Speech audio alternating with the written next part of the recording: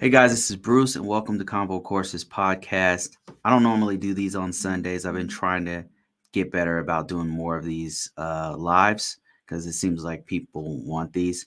So today it's really open topics, but I wanted to start off by telling you that I do have a free book right now, limited time offer for the next 2 days on Kindle. If you're interested in getting something like that, it's talking about cybersecurity programs and how you would develop that based off of using the NIST CSF, which is the cybersecurity framework. If you're interested in that, free book, free downloadable for a limited time offer.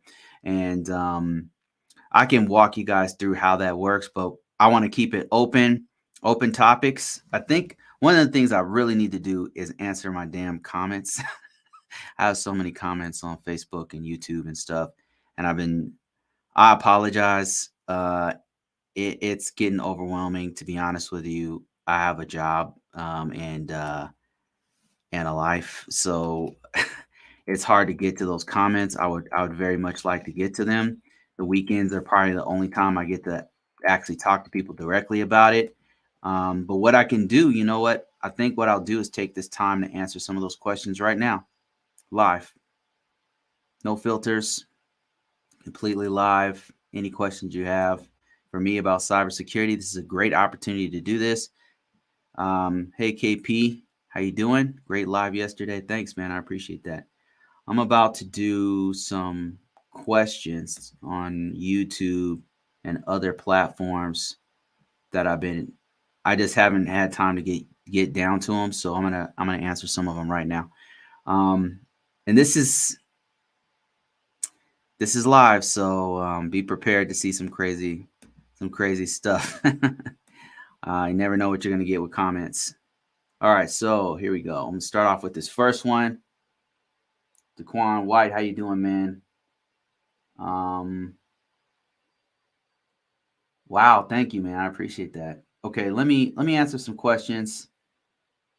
Let me answer some questions here. Uh, so this is my YouTube channel. It's the back end of it, and let me see what people are saying. I said in this video, I was talking about don't join the military to learn cybersecurity. And my man is saying the title seems a bit clickbaity. He's not saying not to join for cybersecurity. He's saying do not just do it because you want to get cybersecurity job. It needs to be for a few other different reasons. I mean, that's exactly what I'm saying. I mean, I don't know why you would think that's clickbait, to be honest with you. Let me just be honest with you for a second about the military. I got a lot of things to say about it. It's not all good. Um the military changed my life. You know what I mean? I know what people think about it. I know how I should feel about it, you know, in the US. I know what the US does. Like it's not I don't think everything the US does is good. I mean, keep in mind, I'm jaded. I was in two conflicts while I was in the military. It wasn't peaceful when I was in, you know what I mean? So my experience is a little bit different from other people's experiences.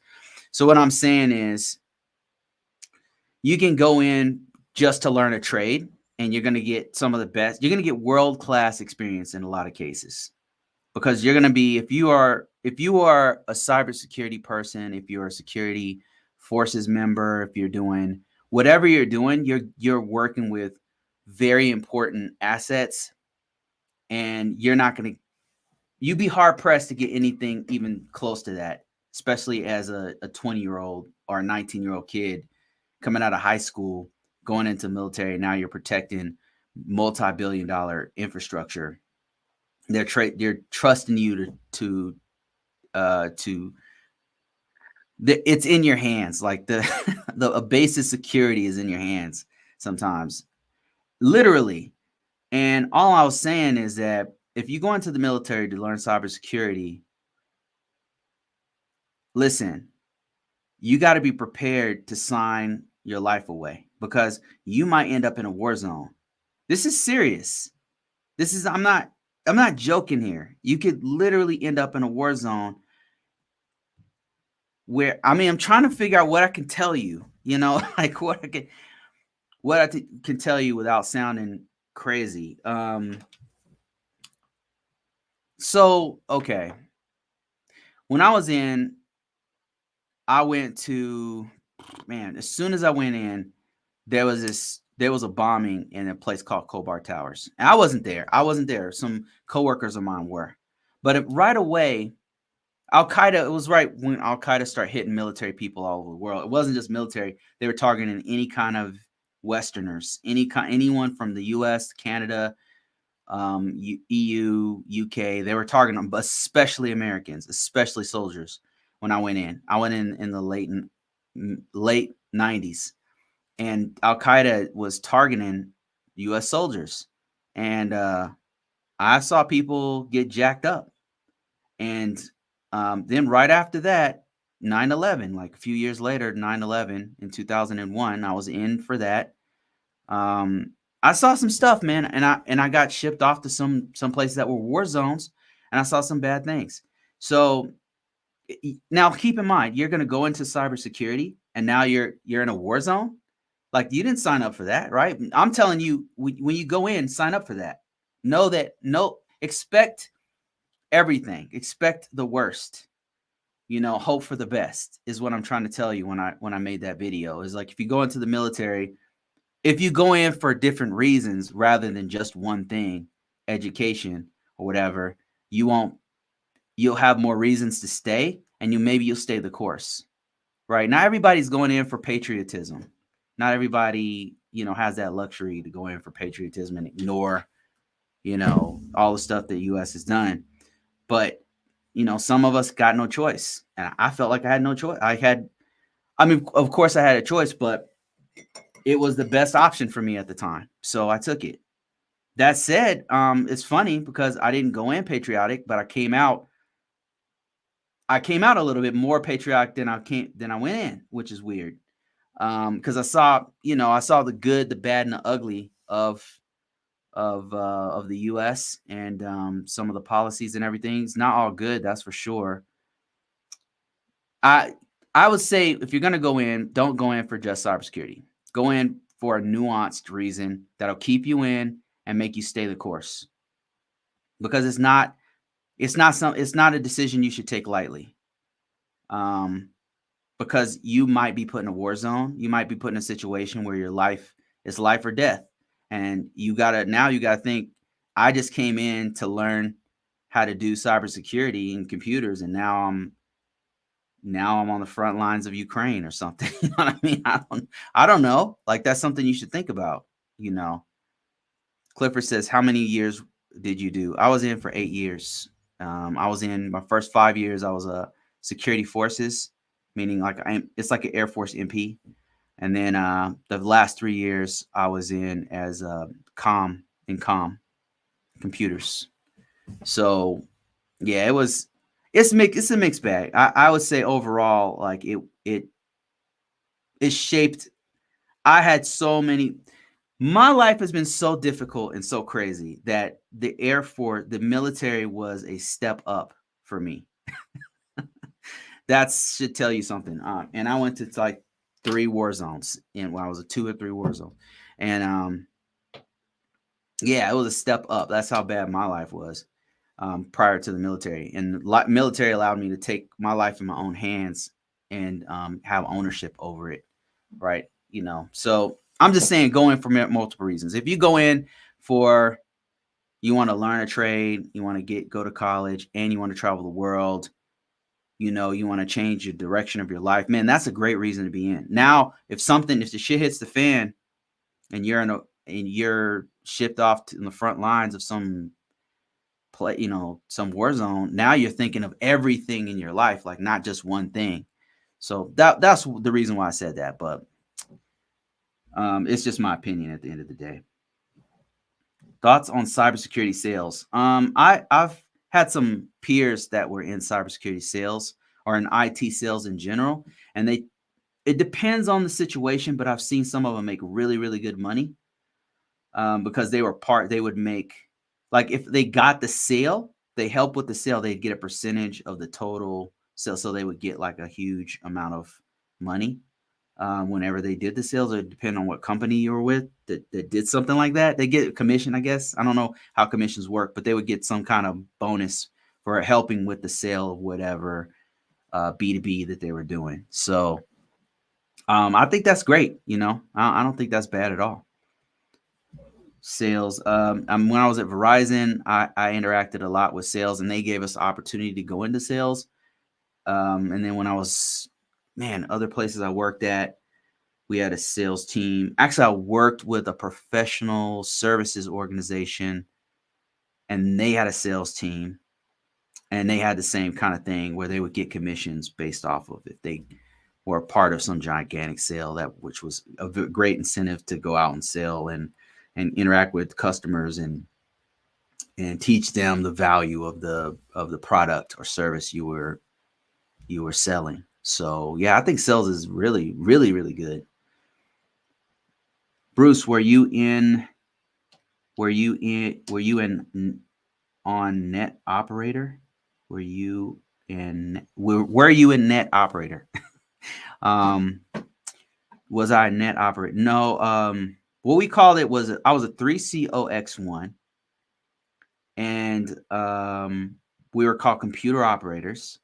And they had us do everything. When you start off, they would have you on help desk, but then you could branch off into networks. They had a network engineering team at the time. I don't know how they do things now in the Air Force, but you had a network team, and then you had you had a CompuSec, ComSec officers. You had ADPE, which was like the guys who would take the outdated, obsolete equipment, and then I did a little bit of all those things. So, and really looking back, it was very beneficial. All I wanted to do at the time was networking, but since I had so much exposure to many things, it really helped me. It really helped my skill sets in my career, because now anytime I'm in anything I'm doing, whether it's cybersecurity analyst, which I did for a while, or whatever I'm doing, like I had a little bit of exposure to each one of those things. So, and then the biggest thing I did was they put me into a risk management framework, which at the time was called certification and accreditations. Can you run through what your training looked like? I'm heading into master's degree in cybersecurity this fall. Could I tell you what my training in the military for 3COX1 for computers? So my training for the military, which it was 3COX1, but now it's something different. It's like 3D something or other. They changed. The Air Force always changed stuff, but that's probably the closest thing that I did. And my training was about, you went to basic training, which is a straight up military training, and that lasts in the Air Force pretty short. It's not as hard as like some of the other branches, but it's about boot camps about, I don't know, 2 months or something, a month. It's not very long. And then from there, when you get done with that, if you pass it, they're trying to weed out people who just can't handle it, the stress. Then they put you into a tech school, and the tech school is based off of what your career path is going to be. At the time when I first went in, I was doing straight up security administrator. So I was a cop. I was a military police, and I trained with the Navy, the Army was there, and the Marines were there. So that training was different. It was all UCMJ, U.S. Military Code, the Code of Military Justice, and use of force and all that kind of stuff. But you probably want to know about IT stuff. So 5 years of doing security forces and law enforcement and security type physical security stuff. After that, cross-trained or laterally trained, changed career paths into computers, and their tech school lasted, how many months was it? It was like 2 months. It wasn't that long. It was I want to say 2 or 3 months at the time. 2 or 3 months, I think it was. And what we learned was they taught us like operating systems. They taught us Unix at the time. So we had to learn like how the Unix operating system works, and the structure of it, and then how to navigate it. Like you would actually log into a Unix system and like learn commands and stuff. They didn't really get into scripting much. It was hands-on. Yep, it was all hands-on experience when in the school. It was a combination of um, you're doing tests and learning the knowledge, and then you give you hands-on. It was pretty cool. And then we learned a lot about Windows at the time. It was that version of Windows at the time. You learned servers, you learned the server side, and you learned a little bit about the client side model. You learned a little bit about networking. That like was a whole section of the class was networking. You learned a little bit about software, but we didn't do any software engineering because software engineering at the time when I was in was a whole different branch, a whole different tech school. So that we just kind of touched on it briefly. We learned about routers, switches, difference between those and a hub. And it was all very basic stuff. It was the stuff that you would normally learn in an A+, CompTIA A+. So CompTIA A+ teaches the same thing. It was all very basic stuff, very basic. It was probably a combination of CompTIA A+, CompTIA N+. It was a combination of those two things. They didn't get into, they very briefly touched into like crypto. They didn't really get into deep into different things like that. They kept it very high level. And then when you got into your job, your on the job training would teach you your actual, like what you're going to do. And that's when you got really deep into whatever you're going to do, whether if you were a network person, if you were a help desk person. Typically what they would do at the base I was at Beale Air Force Base. What they would do is they put you on the help desk first.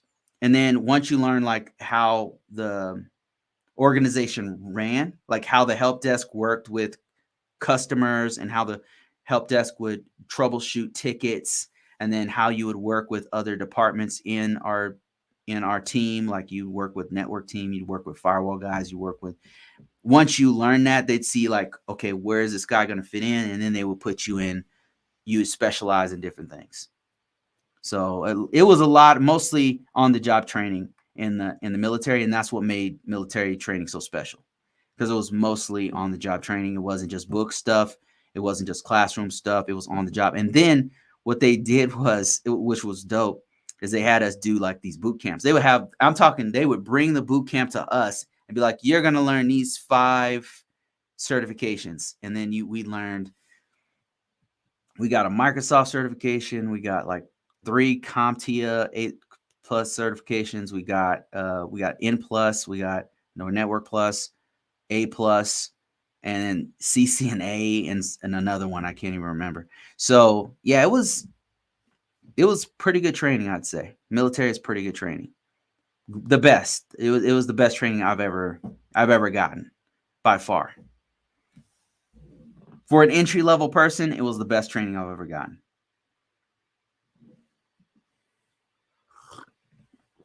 Okay, I'm getting some more questions and comments and stuff here on TikTok. People are sitting here chatting with each other.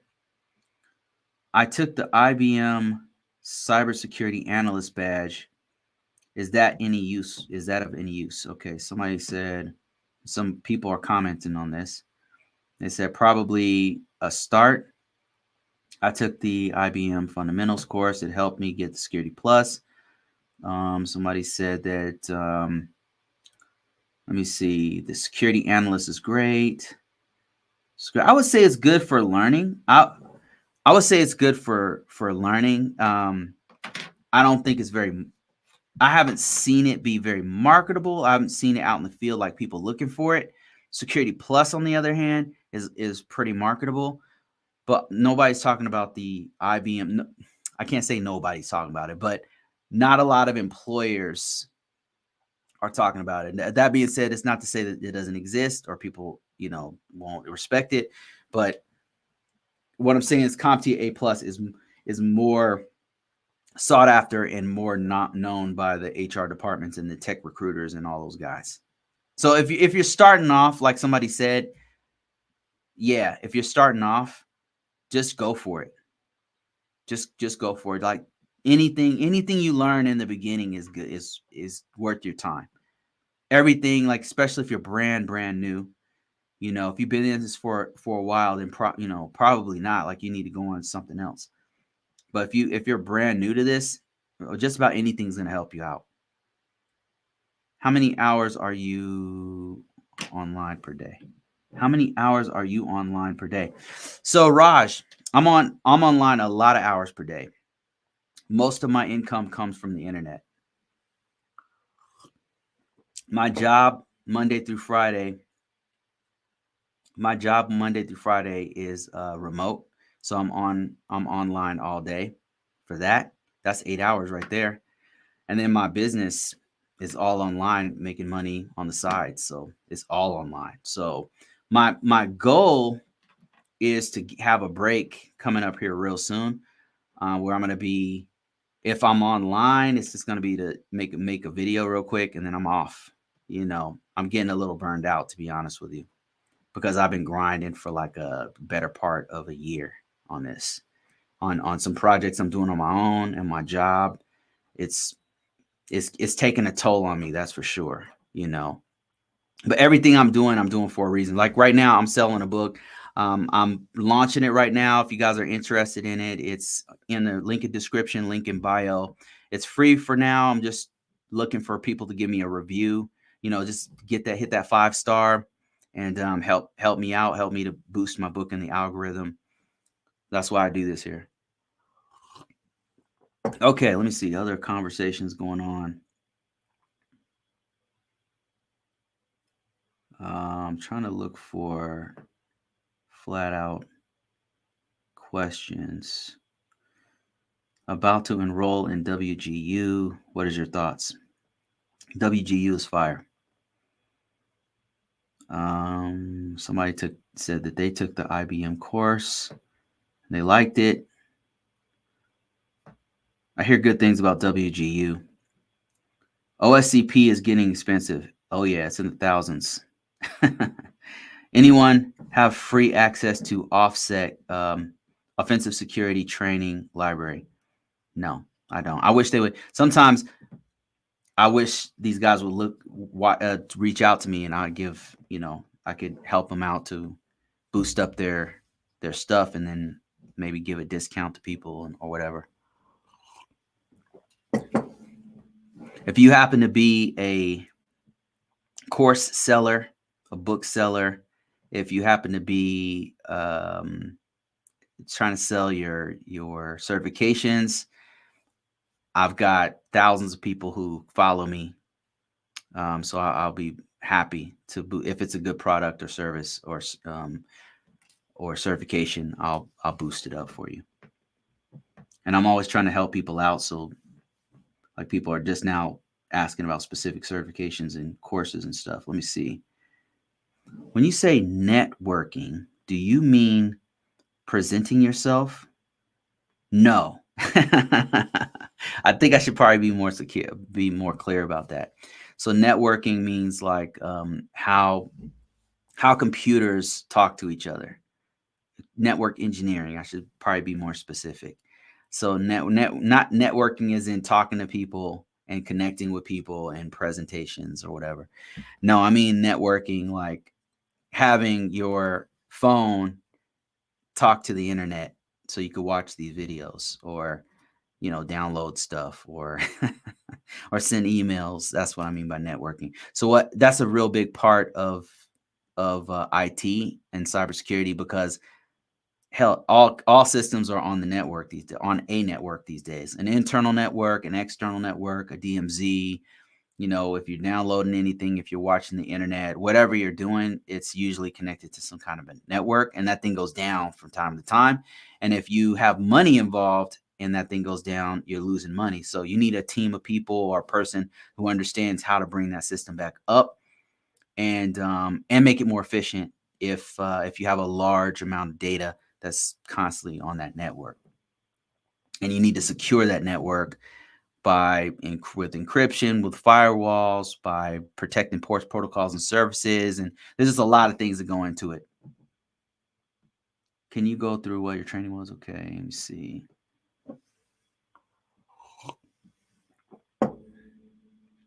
How did you find out what you wanted to do in cyber? That's a great question. And how can a person find out what they want to do? Man, that's a really good question, Haven. Thanks, man.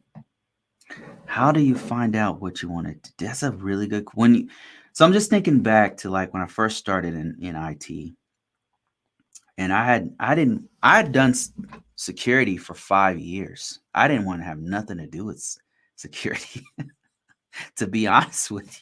I didn't want nothing to do with it.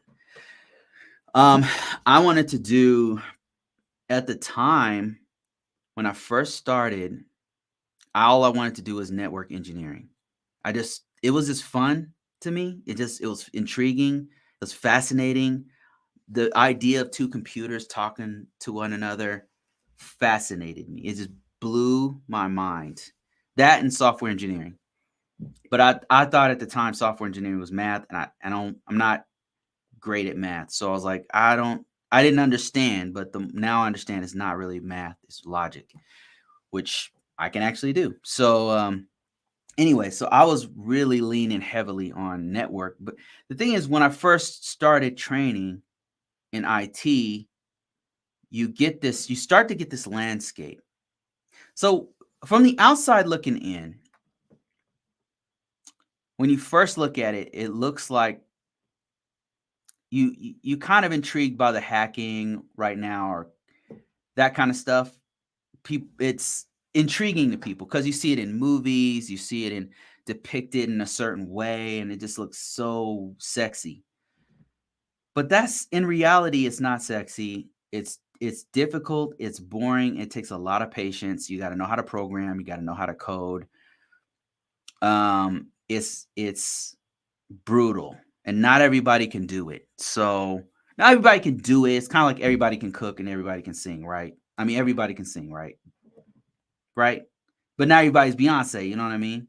So so on the outside looking in, when you're looking into IT and you're looking to get into it, you are immediately attracted by the shiny objects of hacking or of programming or whatever, because that's what you see on Hollywood, on TV, on CSI, or what forensics or whatever, right? You really don't have any idea right now. From the outside looking in, you really don't know until you start hitting the books. When you start hitting the books, you start to learn the landscape. You start to see the horizon of what IT looks like. And I'm trying to paint a picture to you.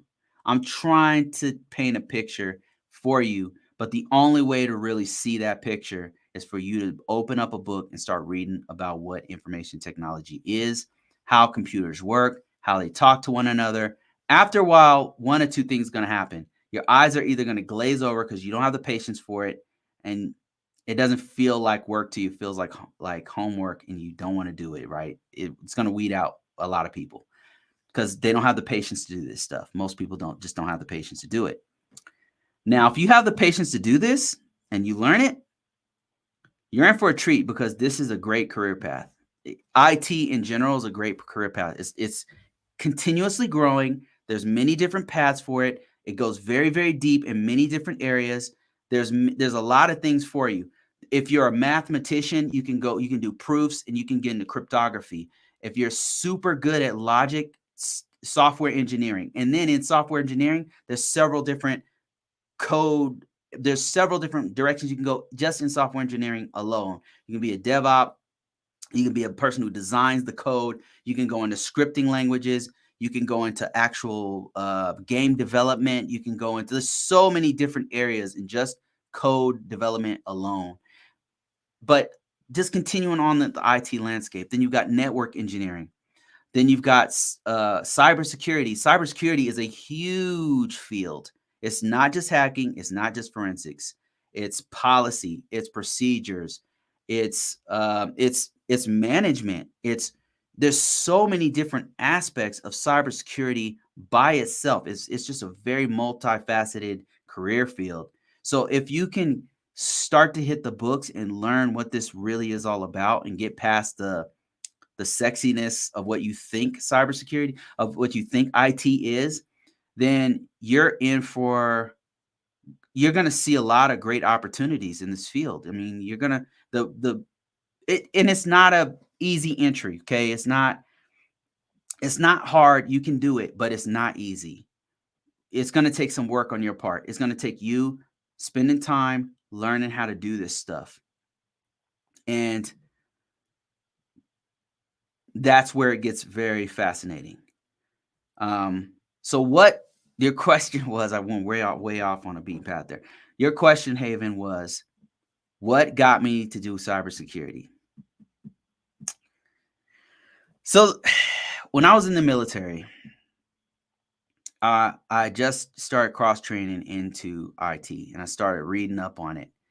Start cracking those books, getting past the sexiness of it, right? And I was actually more and more intrigued. The more I read about it, the more I was blown away. The history of it, how it all came to be, all the people who've contributed to it. I was absolutely fascinated, blown away by all of it. And I was still more attracted to network engineering. But then something happened. The more I learned about the security aspect of it, the more I understood it. It just came natural to me. It just made sense. And it's just easy. It just makes sense to me because I think my theory is I think because I'd been doing 5 years of physical security, things like access controls and things like auditing who's doing what. That stuff just made sense to me. Like it was just, and then when I read about CIA, which is confidentiality, integrity, and availability, it was like a light went on. I was like, oh, right, of course. It just all made sense to me. And the deeper I get into it, the more it makes sense to me.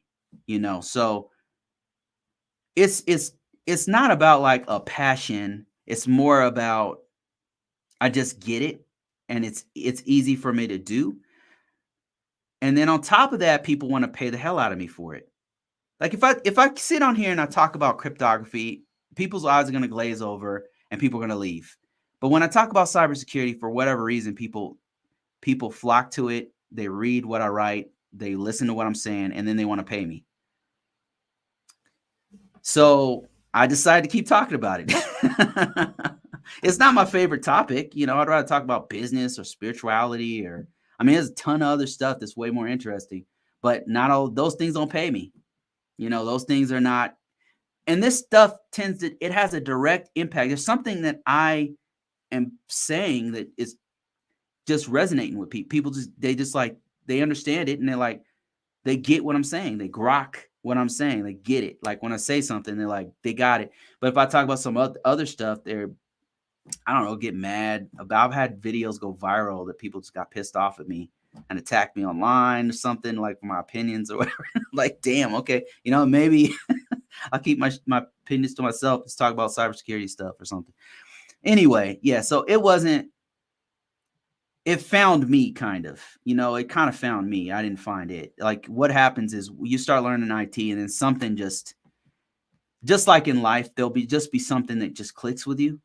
It just works. And you should just keep going down that road. If whatever works, you should just continually do that thing. You should milk whatever the hell that works until, I'm not saying, you have passion projects and stuff. You do that stuff. Do your passion projects, follow your heart and your dreams and your passions and shit.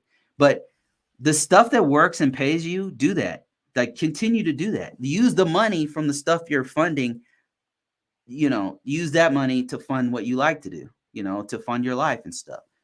There's this, I tell my kid about this one.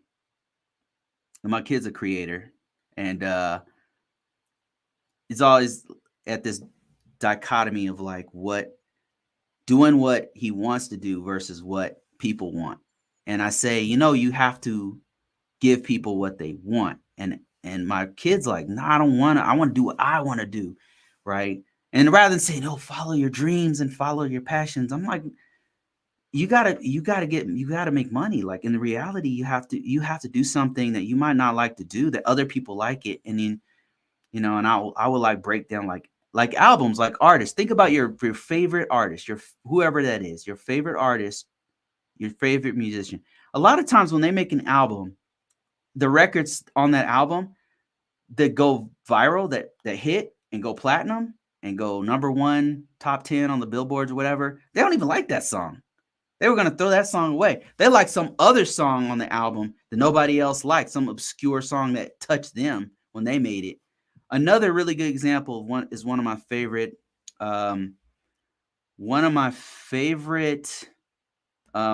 directors who made this movie called Mad Max. And this dude, in my opinion, is a genius. George Miller. I didn't want to get his name wrong. George Miller is one of my favorite directors and writers. And he had this dream when he was young. Like when he first came out with this, he was in his early 20s, or he might even be 19. He came out with Mad Max. He just had this idea of this dystopian future where people drive in cars and this, and he made this movie, Mad Max, right? And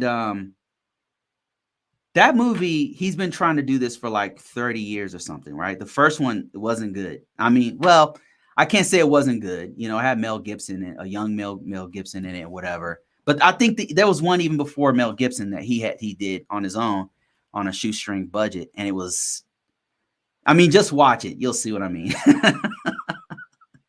And he's been trying to make his vision of this movie for years. And in between all of his Mad Max movies, he made a movie called Happy Feet. I don't know if you ever heard of Happy Feet, but that movie made billions and billions and billions of dollars worldwide. People just liked that movie. It was some side project he did, and he's using that money to fund his project, which is Mad Max. This dude wants to do is Mad Max. So he finally got to do it how he wants to do it. And like recently, if you watch the most recent Mad Max, yeah, the Penguin movie. Yeah, exactly. If you watch the most recent Mad Max, it is Fury Road is freaking crazy. It is magnificently done. It is beautifully rendered. Like regardless of what you think about science fiction or what you think about, you know, whatever, it's beautifully done. It is gorgeous. That movie is amazing. The stunts they're doing, everything. And it's because he used the stuff that worked in his life to fund his dream project, which was Mad Max. So, you know, like, anyway, let me answer some more questions here. Free book. Yes, there's a free book right now for a limited time for the next 3 days. Download it off of Kindle. It'll be free until I think Tuesday. I'm looking. The reason why I give it, if you're wondering why I'm giving away free books, is what you do when you launch a book is you get people to check it out, and if you like it, you would read it and you send it to somebody else, or maybe you'll give me a review and say, "Wow, this was really great. You're the greatest author since Ernest Hemingway and whoever combined," and you'll give me 5 stars. So yeah, anyway, the book is free. Go ahead and check it out. Let me see. Hey, how are you doing? Person-centered cyber says, I love what I've already been doing in HR, which is policy writing and training. I wanted to continue to do that, to do what I was doing, and found a way to do that in cybersecurity field. Yeah, that's awesome. Yeah, that's exactly what I'm talking about. Like, if you can find something you like to do, like writing is also something I really love to do. And so I always wanted to just write science fiction. I don't want to write fiction books, but I just have this, I know this stuff and I know people need it.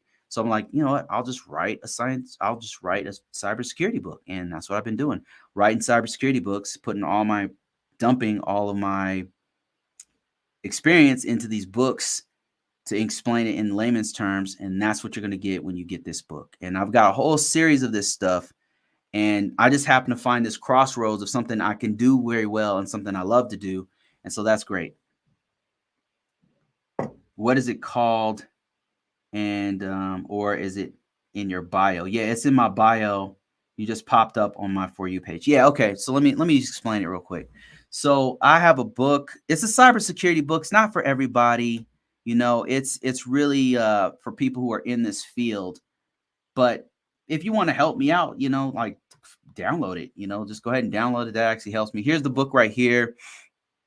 And all it is this is just one book. This is book 2. That's a pretty lengthy title, but this is book 2 in a series where I'm talking about cybersecurity frameworks, and it's cybersecurity programs and policies using the NIST cybersecurity framework.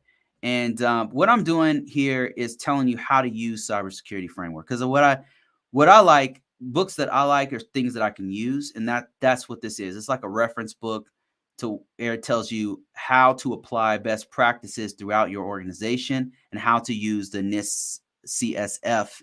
I'm explaining what the CSF is and then how you can actually use it in layman's terms, like what can you actually do from it. And so another thing that's great about this book is it's got a ton of downloadables and some appendixes that will explain what it even looks like. Because a lot of times when you write a policy, especially with cybersecurity, if you're writing one from scratch and you're working with an organization, a lot of times you don't really know what to put on paper, especially if they don't have a reference for you. You have no idea. So what I did was I gathered some good ones. I wrote one and said, okay, here's a template of kind of how you might want to do this. Here's a sample that you might want to use if you were doing an access control policy, or if you were doing an incident response policy. Here's a start for you so you can actually use that to begin to create that. And then the book 1 is probably more comprehensive in breaking down the NIST cybersecurity framework. It's just breaking it all down for you. So it's a 2-book series. I might go back and actually put more stuff in the series and explain how all this stuff works. Just keep expanding into it, since people are enjoying or actually reading the hell out of those books. So maybe I'll keep doing that. Got to do what works. Let me see. If I didn't get into cybersecurity, I probably would have gone into network engineering. Cybersecurity is so broad. I think if I wasn't doing policy writing, if I wasn't doing information system security officer work, I think I'd probably be doing cybersecurity analyst work, because I really like doing that. That was really fun. Really enjoyed that. It's extreme. Cybersecurity is extremely broad. I think that's what you're saying. It's very, very broad. Like, it's a very big. A lot of times people ask me, man, how do I get in cybersecurity? And it's like, well, that's a big question. There's many different aspects of cybersecurity. If I want to get into cybersecurity, would you recommend a general IT degree or a specialized one? Either one, but I can tell you what I did that worked for me. I got a generalized IT degree. And the reason why is because at the time I really didn't know what I wanted. I was looking for straight up networking, and they didn't have a network degree. So what I did was I got a bachelor's degree in information technology with a specialization in networking, because I just really, really like networking. I just really want to know as much as possible about it. And along the way, there were more intriguing things. There were more interesting things than networking. So I would say keep it broad. This is my 2 cents. That's what I did, and it worked for me, because it's such a broad cybersecurity. Ash said it's such a broad field, and she's right. It's so broad. You start to get into, especially when you start to get into it, and you don't realize how big it is. You don't realize how many aspects of it there are. And it's kind of getting bigger. It's getting broader, and it's getting deeper at the same time. So I would say go broad in the beginning so you can figure out what you want to do. And then you'll start to narrow it down naturally. There'll just be things you'll just be drawn into that you'll narrow down, like what you really want to do. Certs is better, right? No, I would say a degree is better than a certification all day long. I would say it's experience, then a degree, then a certification. The certification is like icing on the cake. It's the sprinkles on the cupcake. The actual cake is the experience. and then the icing and all the trimmings and stuff is the degree, and then the sprinkles on top are the certification. But a lot of times, like what's happening now is people, because I get it, degree programs feel like they're gouging people, and then people feel like they got to take out student loans, and the books are like $400 a piece or whatever stupid cost. Not 400, it's like 100, and it's just getting ridiculous. And it hasn't, the pace of the cost of living, it's outpaced the cost of living. It's just like universities and hospitals are similar in that they have greatly outpaced the cost of living, and it's just. But that said, you can get a degree for. There's ways you can do it to where it's cheaper. Like you can do something called WGU has a pretty good pricing, and it's online and stuff. And then you can do something like there's accelerated courses that get you there faster. They're more expensive, but you get your degree faster, so you can get into the workforce quicker. There's community colleges that people shit on, but community college associate's degree is just as good as any other associate's degree, as long as it's an accredited college. Then you can take the associate's degree and then apply it to a state college or something that has equal to or a little bit more expensive tuition. But yeah, I would say a degree is worth your time. Especially, you need to think of this in terms of an engineer. Think like an engineer. You are an engineer. If you're an IT person, you are an engineer. You're an aspiring engineer and maybe even a scientist. That said, you have to be very well educated in this field. This field goes pretty deep. Think about it. If you're at your bank and you're talking to your banker, your teller, your loan officer, whoever, do you want somebody who just got there, who don't know what they're doing, who don't even know the bank policies, to come in there and give you a loan that they don't even know what the hell they're doing? No, you want somebody who's been trained. You want somebody who's been there for a bit, maybe on the job training. They at least know like how to do the loan. If you're trying to get a loan, they at least know how to handle your money without losing it. They know how to protect your information. Same thing with cybersecurity. Cybersecurity is even more in depth because you're protecting the organization's critical information. Like you're protecting the bank's information, for example. You can't just have anybody just go up in there. They have to know what the hell they're doing. So that experience, that on-the-job training is super important. That degree is important because you're an engineer. Like you have to learn many different aspects of a technology, and then you got to put those things together. That's engineering. Engineering is like, 4 or 5 different seemingly unrelated topics, and then you're bringing those things together. That's what IT is doing. IT is taking computing, it's taking storage, it's taking memory. These are 3 different fields of engineering, and then they're all being put together for a computer. And then you have a computing device, and now it's on a network. Now you're taking that computing device, putting it on a network, and now it's on a cloud. It's in a virtualized system somewhere. You're an engineer. Like you have to know all these different things and put them together and then figure out why it's broke. You got to do root cause analysis on stuff. Sometimes you might even have to come up with a creative way to get around a certain issue. You're an engineer. You need to think like an engineer. Think long term. So a degree is not like, it's something you should really think about. If you're trying to circumvent the degree programs, you can do it. I'm not saying you can't get an IT job without it, but I would say you should think like an engineer. Think long term and think about, like how I'm trying to go to the next level. And so that's how you got to think about it. You're an engineer. If you're trying to go into IT, you're trying to become an engineer. That was something that was hard for me to accept because I always thought engineers were like electrical engineers or people who develop spacecraft and shit. I thought it was like people who do satellites. No, like those, I work with those guys. Let me tell you something. They're not freaking special, right?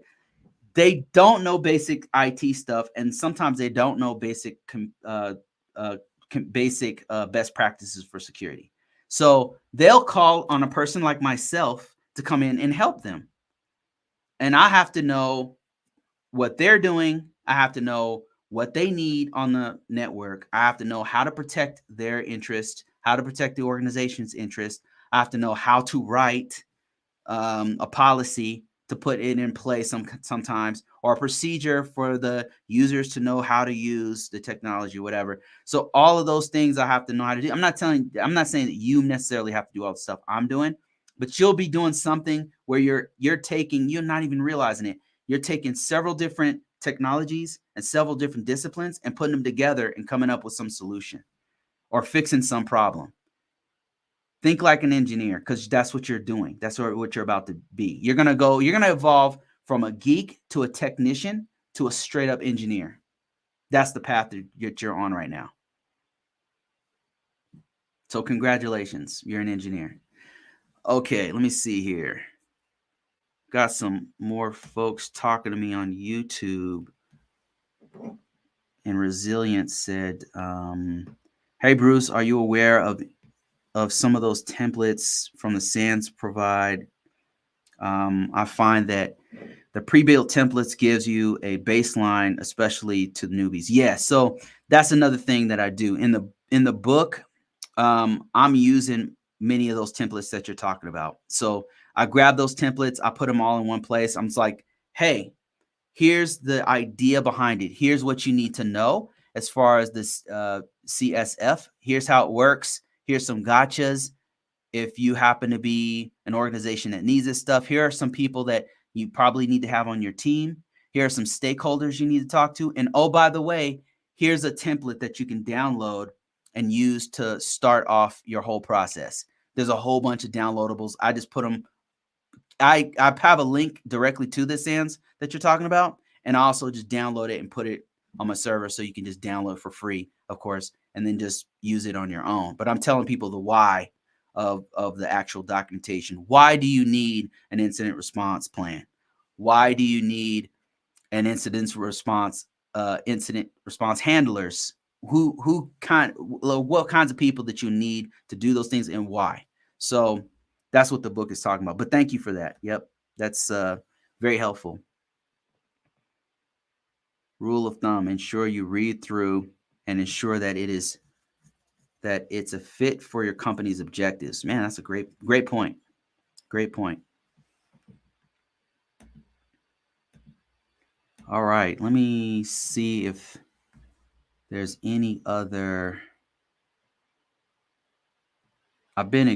I'm not ignoring my comments, but there's so many that I haven't had time to get to them. So this weekend is a great opportunity for me to do that.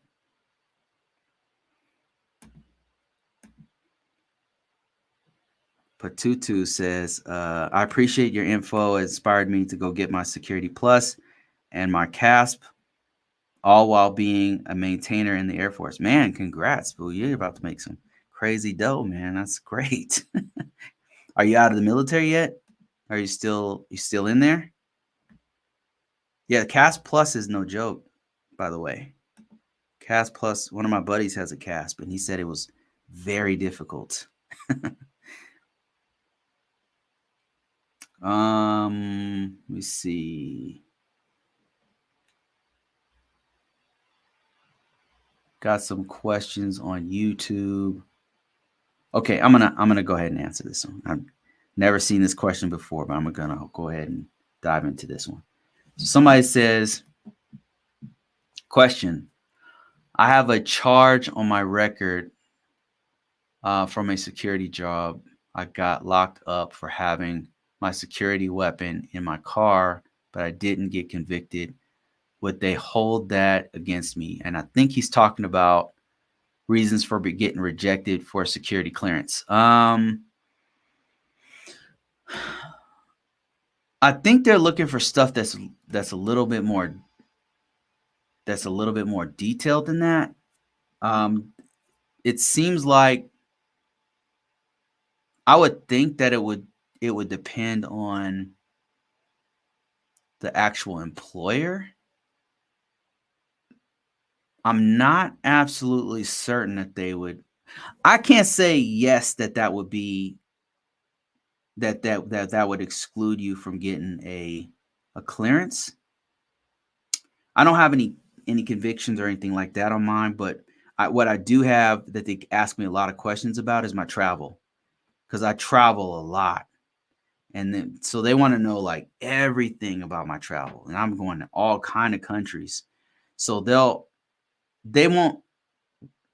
I don't know if this helps you out, but I'm just gonna like tell you like what I went through. So I've been to so many different countries that whenever I do their document to for them to do the background investigation, they'll just keep asking me more and more questions about it.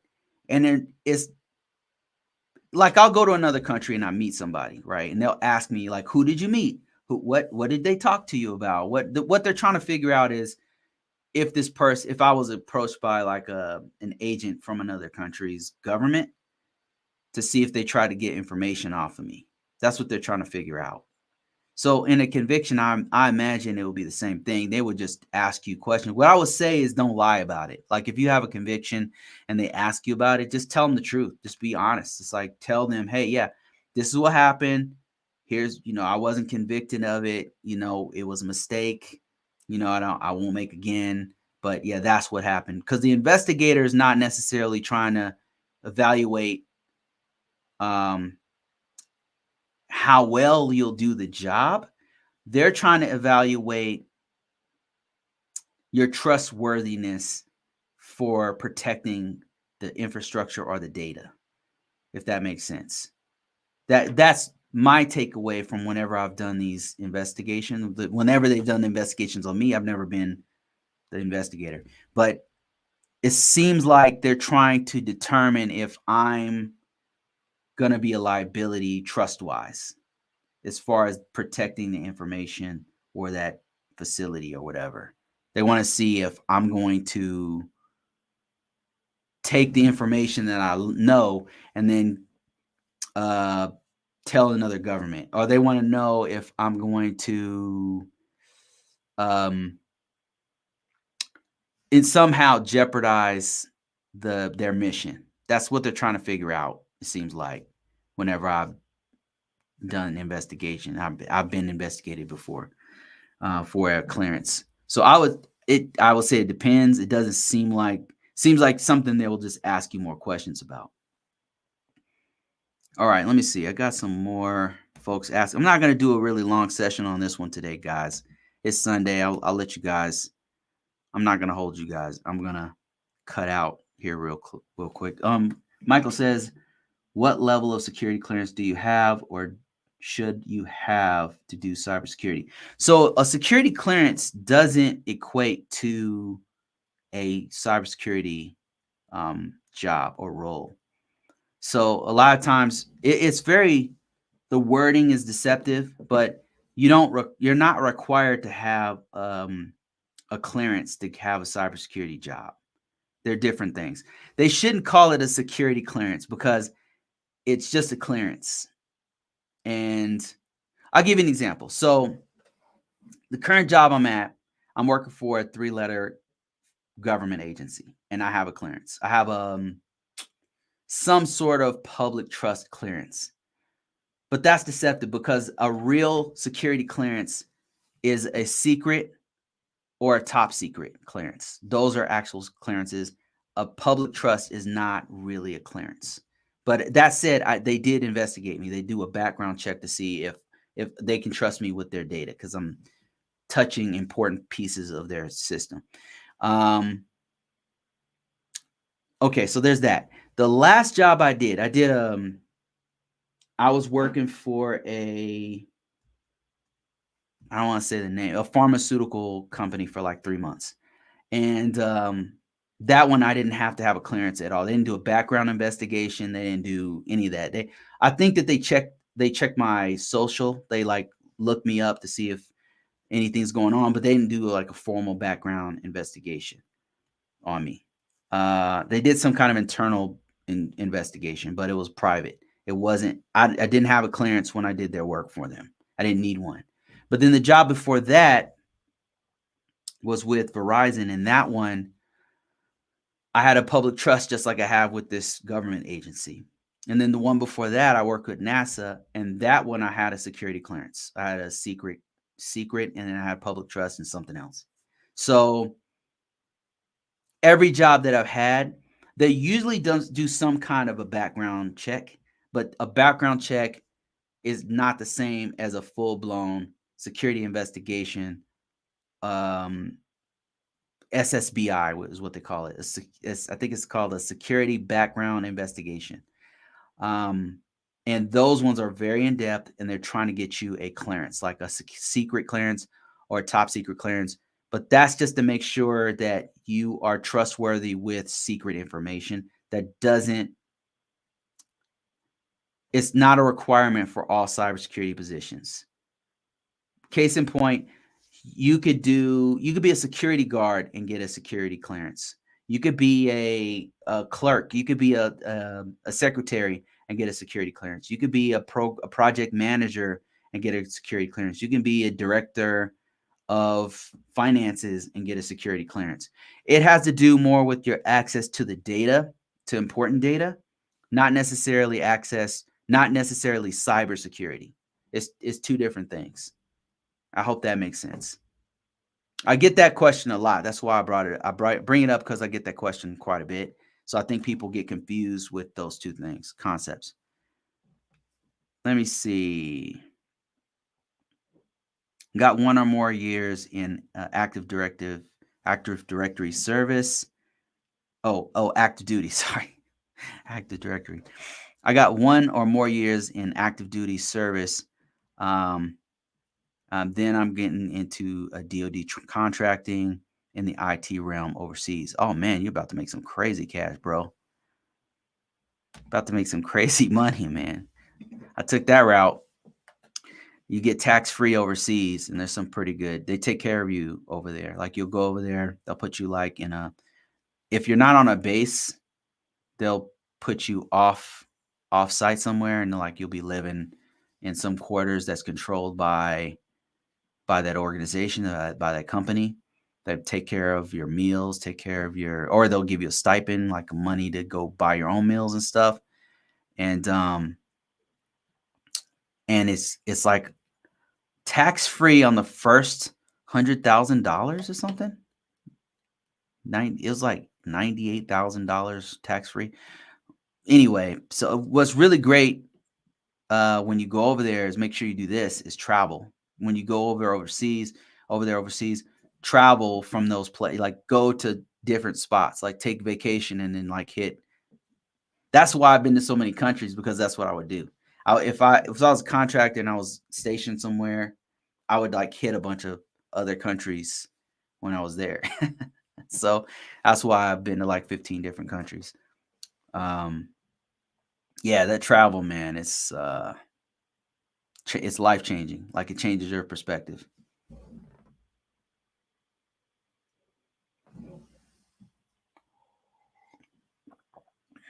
Just join. What are we talking about? We're talking about, first of all, welcome. We're talking about my free book. So if you didn't know, I'm an author. I've been doing cybersecurity for 20 years. I write books. I'm an author. Right now, I'm writing books on cybersecurity. That's the field I've been in. So that's what I know best. Right now, I do these free book things so that I can get boosted up in the Amazon algorithm. So if you didn't know, you can just go to the profile there, click on the link. Top link will be the free book there, and download it. Help me out quite a bit. I really appreciate everybody who's bought the book, everybody who's downloaded the book, everybody who's given me reviews on it. It really helps me out. It's helped my family, helps me personally. It's really great. I really appreciate all you guys who follow me, and your questions also. I can't answer all your questions, but I really appreciate that you took the time out of your day to just join in, give me some hearts, and give me a thumbs up. Ask questions. I enjoy it. Thank you so much. Mike says, I'm currently a network specialist, but I want to join cybersecurity. What is your advice for me? Okay, this is perfect. So, Mike, first of all, man, go to my bio, link in description if you follow me on Facebook or YouTube. On my site called Convocourses.com, you'll see a link to my free resume. You can download my resume for free. Now, the reason why I want you to download my resume is because it's going to give you an idea what you should put on your resume. You're in a perfect position as a network specialist, a network engineer, to begin to move your career any direction you want. You can go into cybersecurity if you want. You can go into, hell, you can go into cybersecurity analyst work. You can probably do, if you wanted to, GRC work. There's many different things, Mike, that you can do to transition yourself. But right now, you need to focus on the wording and the keywords of your resume. So go to my profile, download it. It's for free. And I've got some other templates with it, by the way. They'll give you an idea of like what the wording is. Now, once you do that, once you read through my resume, read through those sample resumes and stuff, don't stop there. By the way, the template is ATS style, which is what you need. Next step you want to do is go to LinkedIn. LinkedIn is an incredible resource, not only for jobs, but for information on how the market works for cybersecurity and really anything. If you're in nursing, if you're in retail, whatever field you're in, it's on LinkedIn. But we're talking about cybersecurity. So let me tell you how to do this. So you're going to go to LinkedIn. You're going to type in the job you want. Just type in cybersecurity and then look at people. The reason why you want to look at people is because these people are all looking for jobs. And many of them, like myself, put their whole resume online. Look at the wording on their resume. Why is this important? There's a reason why they're popping up on the top. And it's because they're using keywords and key phrases that the market, that the algorithms on these job aggregators are feeding off of. And it's boosting them to the top for a reason, because the market, when I say the market, I mean the people who are looking for you. That means the employers, the HR departments, the technical recruiters. They're looking for you, and they're doing certain searches with certain keywords. Keep in mind, HR and technical recruiters, they don't do what you do. They're not a network specialist. They don't know what the hell's going on in cybersecurity. A lot of times, they're not in our field, so they don't even know the keywords. All they're doing is going by the job descriptions. That said, you're going to go to people. You're going to type in cybersecurity. You're going to look at people. You're going to look at jobs next, but people first. Look for people's resumes and look for keywords. You want those keywords on your resume and focus on cybersecurity. Now, if you're thinking, Bruce, well, I don't have cybersecurity experience. No, you do. So here's the trick. You do have cybersecurity experience. Whether you worked help desk, whether you work network engineering, whether you do have cybersecurity. You just haven't put it on your resume. So what people don't understand is that cybersecurity is not just hacking. It's a lot of different things. It's actually inventory. Like inventory is a part of cybersecurity, because we have to. One of the main things you do is do a baseline. A baseline is one of the most important things on cybersecurity. If think about it, if an organization doesn't know what networks, routers, and switches that they have and where they are and what the IPs are, can you really secure your network if you don't know what's there? You can't. So an inventory, and software and hardware inventory is part of cybersecurity best practices. If you've ever done an inventory on your network, then you want to put that on your resume. That's not the best thing to put on your resume. Like if you've done that, yeah, put it on there. But some of the real good things for a network person like yourself would be port security. If you've ever put port security on your network, you definitely want to put that in there. And then if you worked at Cisco or Palo Alto or Juniper, you want to put the vendor type of system that you put on your resume as well. Another thing you want to put on your resume for network people would be port security. Another security best practices that they look for is auditing, audit logs. If you've ever turned the audit logs on, if you've enabled audit logs, if you've done vulnerability analysis. Now you might be thinking, Bruce, I've never done vulnerability analysis. Have you? Really? Are you sure about that? Are you certain? You've never looked at vulnerabilities on a router or a switch. You've never, not even once, looked at vulnerabilities. You never said, okay, what's going on with this iOS? Why do we need to update it? Right? You've never said, okay, how can we patch this system? If you've done that, that means that you had to, at some point, had to look at the vendor's specifications. You had to look at the actual operating system of that switch or router or firewall. Then you had to determine What are the vulnerabilities and how can they be hacked? That's vulnerability analysis. You need to put vulnerability analysis on your on you. The thing is, how do you word it? How do you sneak these keywords onto your resume? That's what you need to learn. And that's why I told you to download my resume. Go ahead and research other people's resumes to see how they're sneaking all the security features on their resume. That's what you want to do. And you want to put that into your resume and you want to highlight those things. You want to focus on becoming a network, a cybersecurity person, put cybersecurity stuff all over your resume. I hope that makes sense. It works. I've been doing it for years. I haven't been out without a job. Do your mentor people. I really don't have the time to do it. I would like to get back into it at some point. I just haven't. I got a full-time job. I got 2 kids. I'm by myself here. I just don't. At some point, maybe if these books sell good enough, I'll be able to cut down on the work. But my Monday through Friday is stacked with. I'm an information system security officer for a government. I just don't have time to do mentoring.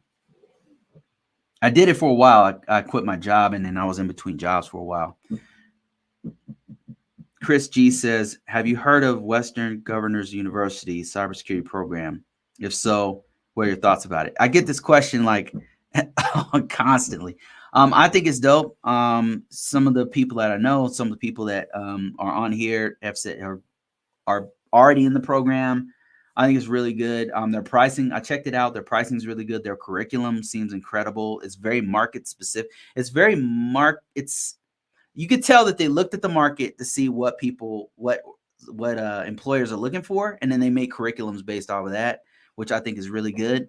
It's accredited. It's an accredited college. There's a couple people on TikTok and on social media are doing really good after getting that master's or bachelor's degree from WGU. So I think it's great. I think it's great that they also have like a certification program. If you do decide to go to school at any college, whether it's online or whatever, make sure it's accredited and make sure you get your experience while you're going through college. LinkedIn is amazing. I love them. Gems are dropped daily. Yeah, LinkedIn is great. It's got a lot of great stuff in there. It's got more of a positive vibe as far as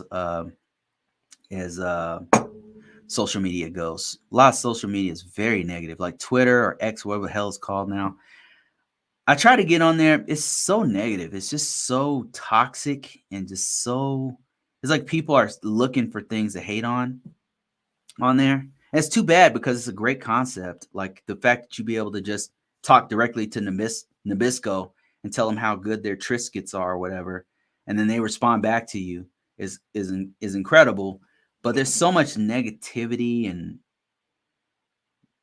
just so much stupid stuff going on there. I'm currently enrolled in University of Phoenix cyber program. WGU is amazing too and offer certs. Oh, so you're another University of Phoenix alumni, huh? That's where I got my degree from. So keep up the good work. Shit was expensive, but it was worth it.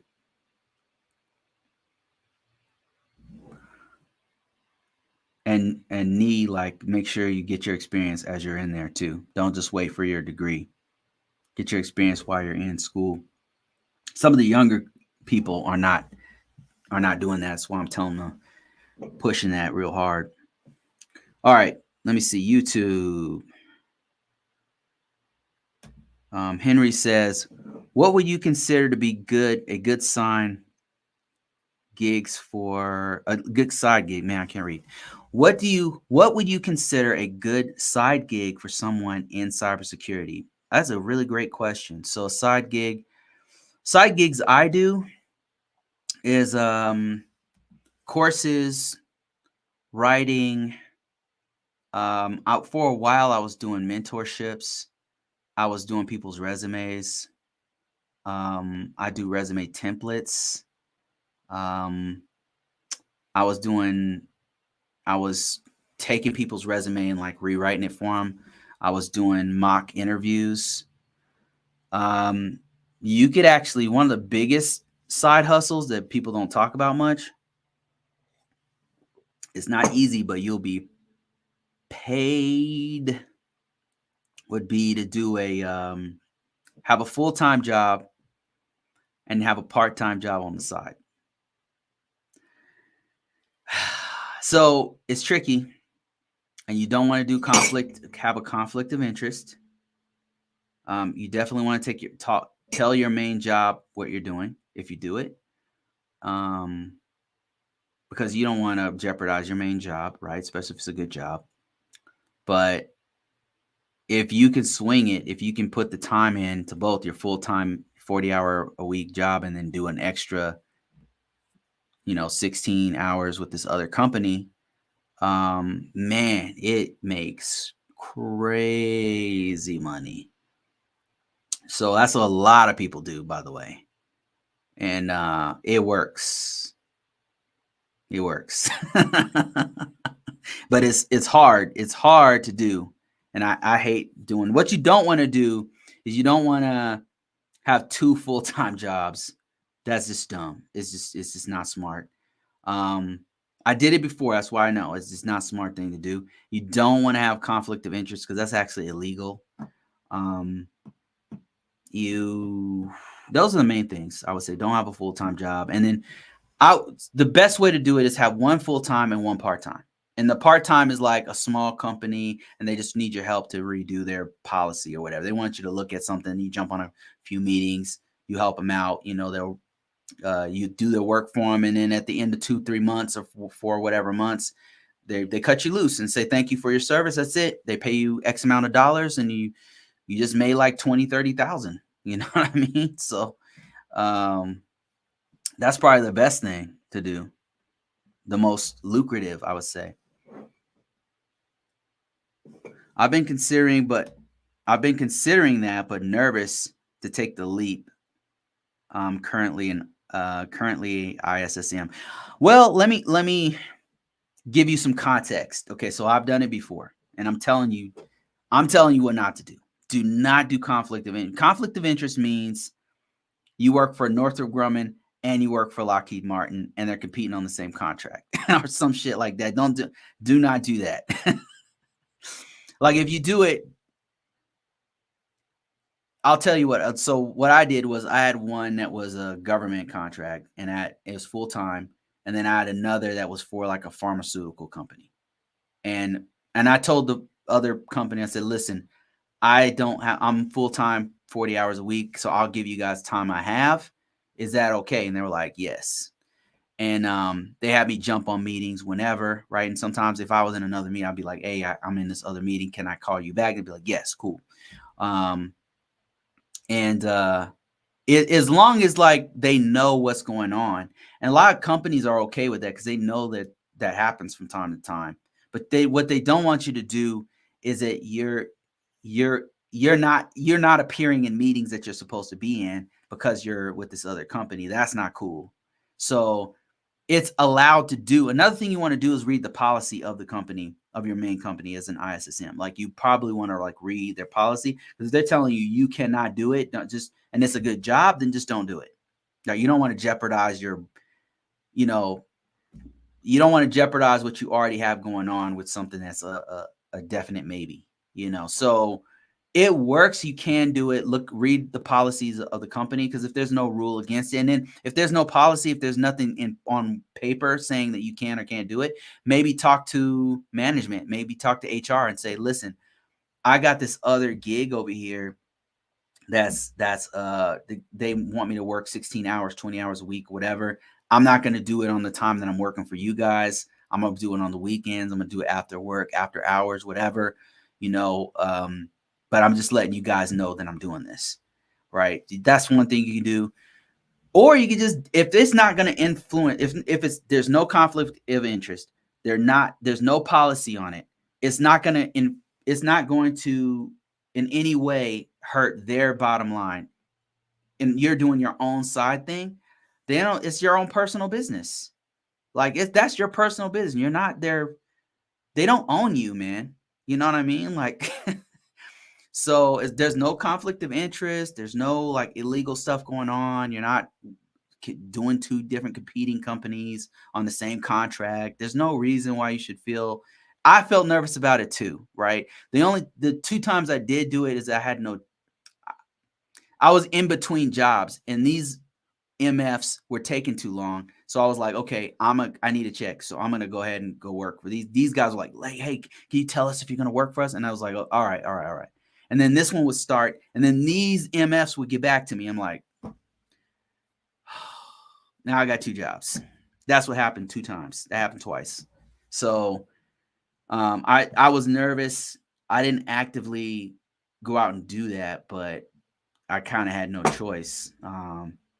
It kind of just happened that way. But both times it wasn't really a problem. The full time one was a problem. That was definitely a problem. don't ever do that. But yeah, so just look into it, Henry. Man, I think you could do it, man. Oops, did I just block somebody by accident? Okay, let me see. I actually work for UOP, and I'm trying to shadow the IT department. Oh wow, that's so smart. Wow, that's how you do it. That's really, really smart. That's exactly how you do it. People always come on here and ask me, how do you get experience? And that's the main thing you need when you get out there in the working environment, even with a degree. It's so hard to get a job without experience, right? You can probably get an internship or apprenticeship or something like that. But, even those are far and in between. But what you're doing is the right thing to do, which is shadow the IT department, get hands on, help them, like volunteer your time, anything you can do, because every bit of experience that you can get is great for your resume going forward. Best place to so Jim Nelson said best place to look for a job for 1099s or C to C. I get contacted by 1099 companies. I mean, companies want me to do 1099s all the time. So it's just the basic. I mean, I have my resume everywhere. So these jobs are everywhere. So I don't know about C to C, but 1099s. So what you do is put your resume. That's what I'll just tell you what I do. So, and it works. It's been working for me. Put your resume everywhere, on Dice, on Monster, I'm like a repeating record for people who watch me. I'm always telling people to do this because I'm just telling you what I do, and it's really been working for me. And so 10 people want me to do a 1099 is all the time, constantly.